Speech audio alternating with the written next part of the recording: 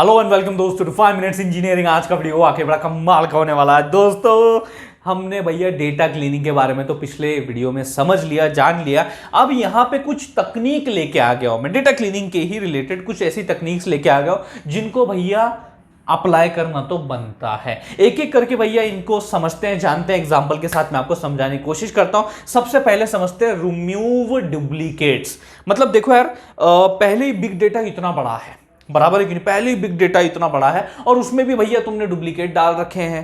पहले ही चीजें कॉम्प्लेक्स है, डिफिकल्ट है उसमें, और जब पता चले भैया डुप्लीकेट से तो दिमाग खराब होता है। जैसे अगर एक एग्जांपल मैं आपको दूं तो आपका फोन है भैया, मान लो उसके अंदर भी डेटा होता है। हालांकि कंपैरिजन अगर किया जाए तो भैया आपके मोबाइल का डेटा बिग डेटा के सामने कुछ हो भी नहीं है, कुछ हो भी नहीं है, बट स्टिल आपको समझ में आएगा, आप रिलेट कर पाओगे इस एग्जांपल को। ये जो आपका मोबाइल के अंदर डेटा है तो ऑब्वियसली उसका कुछ मोबाइल का लिमिटेड स्टोरेज ही होता है ना। उसमें भी आपका डेटा भैया बहुत बहुत ज्यादा मौजूद होता है।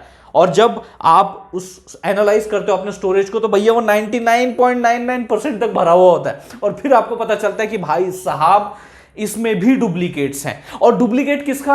उस फोटो का जो कि मेरे को बिल्कुल पसंद नहीं है, उसका भी डुप्लीकेट हो रखा है। मैं तो बोलता हूं दोनों को उड़ा दो, ओरिजिनल को भी और डुप्लीकेट को भी उड़ा दो, थोड़ा स्टोरेज तो कम हो। आपको बात समझ में आ रही है? तो उसी तरीके से भैया यहां पे अपन डुप्लीकेट्स को पहले रिमूव करते हैं, ठीक है, ताकि वो जो चीज पहले से बहुत डिफिकल्ट कॉम्प्लेक्स है उसको और अपने को कॉम्प्लेक्स डिफिकल्ट नहीं करना, उसको सिंपल करना है। तो अपन पहले तो उड़ा देते हैं भैया डुप्लीकेट्स को। उसके बाद आते हैं रिमूव इररिलेवेंट डेटा। हाँ जी, मान लीजिए मैंने वैलिड सोर्स, ऑफिशियल सोर्स से डेटा लिया है, बट स्टिल उसमें मेरे पर्पस के अकॉर्डिंग कुछ इररिलेवेंट डेटा होगा। जैसे एग्जांपल के साथ मैं आपको समझाता हूं। मान लीजिए मुझे स्टूडेंट्स के परसेंटेज निकालना है, तो ऑब्वियसली व्हाट आई नीड, मुझे चाहिए भैया स्टूडेंट का डेटा, है ना। उस डेटा के बिना मैं कैसे उनके परसेंटेज निकालूंगा, कैसे उनकी ग्रेड कैलकुलेट करूंगा? तो मुझे उनका डेटा चाहिए। बट भले ही मैंने वो स्कूल से लिया, ऑफिशियल वैलिड डेटा लिया है, बट स्टिल उसमें भी कुछ इररिलेवेंट डेटा होगा जो मेरे काम का नहीं है। जैसे कि फॉर एग्जांपल उस रिस्पेक्टिव स्टूडेंट का पापा का नाम, मम्मी का नाम, उसका फोन नंबर, उसका एड्रेस क्या है भैया, उसका भाई है, उसका बहन है, सिबलिंग है या नहीं, उसका एज क्या है, उसका डेट ऑफ बर्थ क्या, मुझे इससे कुछ लेना देना नहीं है। These all things are irrelevant for me, because ये सारी चीजें मेरी मदद नहीं करने वाली in calculating the percentage of that student. मेरी मदद कौन करेगा? मेरी मदद भैया उसके जो सब्जेक्ट मार्क्स हैं वो करने वाले हैं। तो वो रिलेवेंट है, ये इररिलेवेंट है, तो इररिलेवेंट को उड़ा दो। बिकॉज अननेसेसरीली ये आपके पूरे एनालिसिस और प्रोसेसिंग के जो टाइम है उसको बढ़ा देते हैं। मतलब आपका पूरा एनालिसिस जो है उसको स्लो डाउन कर रहे हैं, टाइम बढ़ा रहे हैं एक तरीके से। तो अपने को ये नहीं चाहिए, तो अपन इसको रिमूव कर देते हैं। उसके बाद कुछ छोटा मोटा चीज जैसे कि कैपिटलाइजेशन, तो आपको ये स्टैंडर्डाइज करना है। यानी कि भैया देखो, अपन ने जो डेटा कलेक्ट किया है वो अलग अलग जगहों से कलेक्ट किया हुआ है, बराबर है। अब उसमें जो कैपिटलाइजेशन का फॉर्मेट है वो अलग हो सकता है। मान लीजिए किसी एक डॉक्यूमेंट में जो है वो आपका एक शब्द जो है वो पूरा कैपिटल लेटर से भरा हुआ है, बराबर है। जैसे श्रीधर, तो SHRIDHAR वो पूरा कैपिटल लेटर से भरा हुआ है। कुछ और डॉक्यूमेंट है वहां पे सिर्फ जो आपका पहला लेटर है वो कैपिटल है, S कैपिटल है, बाकी HRIDHAR जो है वो स्मॉल में है ना। तो इस तरीके से अलग अलग फॉर्मेटिंग है। मान लीजिए कहीं पे कैपिटलाइजेशन है ही नहीं, वो पूरा श्रीधर का स्पेलिंग स्मॉल लोअर केस में है, ओके, तो ये अपर केस लोअर केस का जो फॉर्मेटिंग है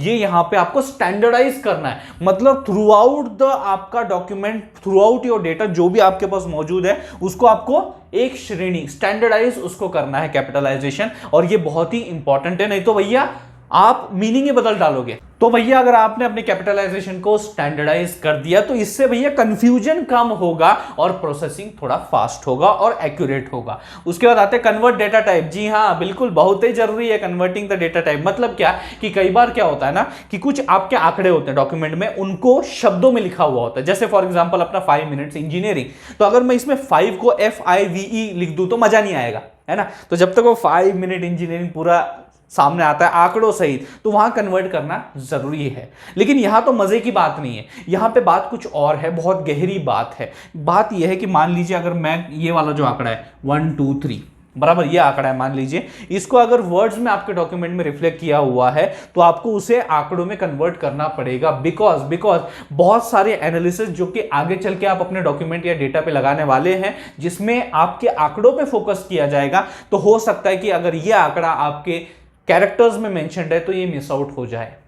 ये कंसिडर ना किया जाए, बिकॉज उस वक्त वो सिर्फ एनालिसिस के वक्त न्यूमेरिक वैल्यूज को कंसिडर करेगा और फिर उसमें अगर ये आंकड़ा मिस हो गया तो शायद आप गलत कंक्लूजन तक पहुंचोगे, शायद आप गलत डिसीजन ले सकते हो, आपका एनालिसिस बैड एनालिसिस कहलाएगा। तो इसीलिए भैया आपको ये जो 1 2 3 ये जो लिखा हुआ होगा ना, इसको नंबर में डेटा टाइप को कन्वर्ट करना जरूरी है। ओके, उसके बाद आते हैं क्लियर फॉर्मेटिंग। जी हाँ, अलग अलग जगह से आपने डेटा उठा लिया, बराबर है, हर जगह का अपना फॉर्मेट है। जैसे बोला ना मैंने कि यार एक एग्जांपल दिया था पिछले वीडियो में भी कि आपका घर है, ओके, आपके घर के जो नियम है, जो वैल्यूज हैं वो अलग है, किसी और के घर के नियम वैल्यूज अलग है, और अगर आप उनको इकट्ठा एक जगह पे जमा कर दोगे तो वो अपने वैल्यूज और अपनी जो भी नियम है उनको रिप्रेजेंट करते हैं, जो कि अलग अलग होगा, ऑब्वियस सी बात है। तो उसी तरीके से आपने जो डेटा लिया है वो अलग अलग लोकेशन से, अलग अलग जगह से लिया हुआ है, तो उनका फॉर्मेटिंग अलग होता है।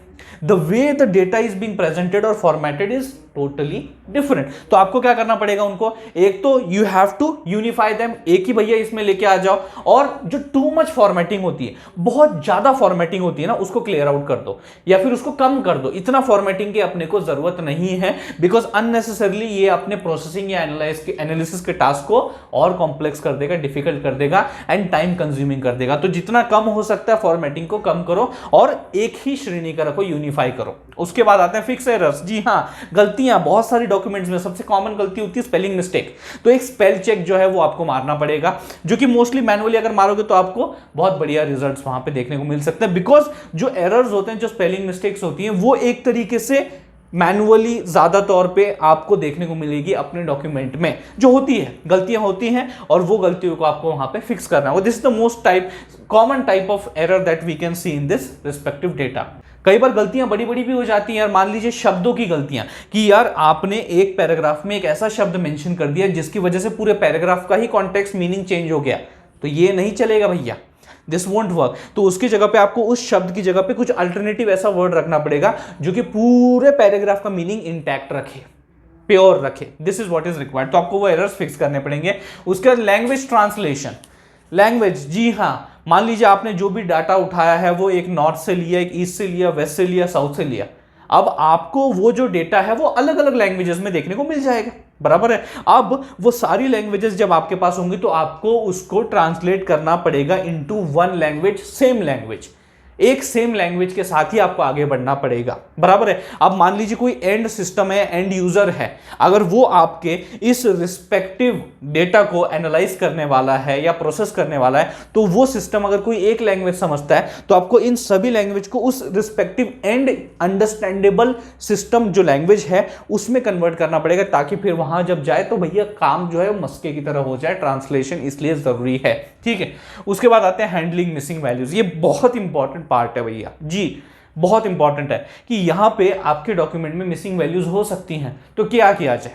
दो तरीके हैं, देखो मैं बताता हूं आपको, दो तरीके हैं कि यहां पे इनको हैंडल किया जा सके। एक तो जो ऑब्जर्वेशन आपका मौजूद है जिसमें आपकी वैल्यूज मिसिंग है, एक तो इस पूरे ऑब्जर्वेशन को उड़ा दो, या फिर आप क्या करो, ये जो मिसिंग वैल्यू जहां जहां पे है उसको फिल कर दो, कुछ इनपुट दे दो वहां पे। ये दो तरीके हैं। तो अब अगर दोस्तों मैं पहले वाले ऑप्शन का चुनाव करूं, उसे अपनाने की कोशिश करूं, तो भैया मेरा नुकसान हो सकता है। जैसे कि फॉर एग्जांपल मैंने बताया ना कि पूरे ऑब्जर्वेशन को उड़ा दो। लेट्स से यार मेरे पूरे उस डेटा में एक ऑब्जर्वेशन है, ओके, जिसमें बहुत सारी वैल्यूज हैं और कुछ नहीं है, जैसे यहाँ पे 1 है, यहाँ 2 है, यहाँ पे मिसिंग है, यहाँ पे मिसिंग है, यहाँ पे 5 है, कुछ इस तरीके से, ठीक है। तो ये वैल्यूज आपकी क्या है, मिसिंग है, और यहाँ पे कुछ डेटा। मान लीजिए अगर मैं इस पूरे ऑब्जर्वेशन को ही उड़ाना चाहूं तो I will be missing out on these existing values। मतलब कि अगर मेरा जो फाइनल आंसर होगा, फाइनल कंक्लूजन होगा, फाइनल जो भी मैं डिसीजन लेने वाला हूंगा, अगर उसमें इन वैल्यूज की जो मैग्नीट्यूड ऑफ इंपॉर्टेंस है, सिग्निफिकेंस है, अगर वो ज्यादा है और अगर यही मौजूद नहीं है, तो there is a high chance कि मेरा जो भी भैया डिसीजन होगा वो गलत हो सकता है, जो भी कंक्लूजन होगा वो मेरा रॉन्ग हो सकता है। तो इसीलिए इनका एग्जिस्ट करना जरूरी है, क्योंकि अगर मैंने इनको उड़ा दिया तो maybe I would like reach to a wrong conclusion, है ना, बिकॉज इनके बिना भैया हो सकता है कि वो मुझे सही रिजल्ट्स ना दे, रॉन्ग रिजल्ट्स दे। तो इसीलिए मैं क्या करता हूं, इनको रखता हूं। व्हाट आई विल डू, मैं इनको रखता हूं, कोई दिक्कत नहीं। Instead of the first option I will go for the second option. मैं सेकंड ऑप्शन में क्या करूंगा कि भैया मैं यहां पे जो ब्लैंक्स मुझे यहां पे दिख रहे हैं, यानी कि जो मिसिंग वैल्यूज दिख रही है, उनको मैं वहां फिल इन करने की कोशिश करूंगा, कुछ पुट इन करने की कोशिश करूंगा, इनपुट दूंगा उसमें। अब अलग अलग तरीके भैया यूज किए जाते हैं। जैसे मान लीजिए आपके पास कोई टेबल है, कोई उसका सैंपल है, ऑब्जर्वेशन है, उसमें कुछ नंबर्स पड़े हुए हैं, तो आप क्या करोगे, उस रिस्पेक्टिव ऑब्जर्वेशन का मीन ले लो, मान लो, ठीक है, उसका स्टैंडर्ड डिविएशन, उसका मोड ले लो, उसका अलग अलग मैक्स वैल्यू, मीन वैल्यू, कुछ भी आप वहां पे पुट इन कर सकते हो as per your requirement, as per your purpose, जो कि आपके पर्पस को बहुत बढ़िया तरीके से सूट कर रहा है। आप वो चीजें, वो वैल्यूज वहां पे फिल इन कर सकते हो। मैं यहां पे न्यूमेरिक की बात कर रहा हूं, ठीक है। तो इस तरीके से चीजें जो है की जा सकती है, मिसिंग वैल्यूज को जो है हैंडल किया जा सकता है। और इस तरीके से भैया डेटा क्लीनिंग की टेक्निक्स मैंने आपके साथ डिस्कस कर ली इस वीडियो के दौरान। अगर ये आपको वीडियो पसंद आ गया होगा तो इस वीडियो को लाइक कर दीजिए, उससे भी ज्यादा इस वीडियो को शेयर कीजिए अपने सारे दोस्तों के साथ। थैंक्स अ लॉट दोस्तों फॉर वॉचिंग दिस वीडियो।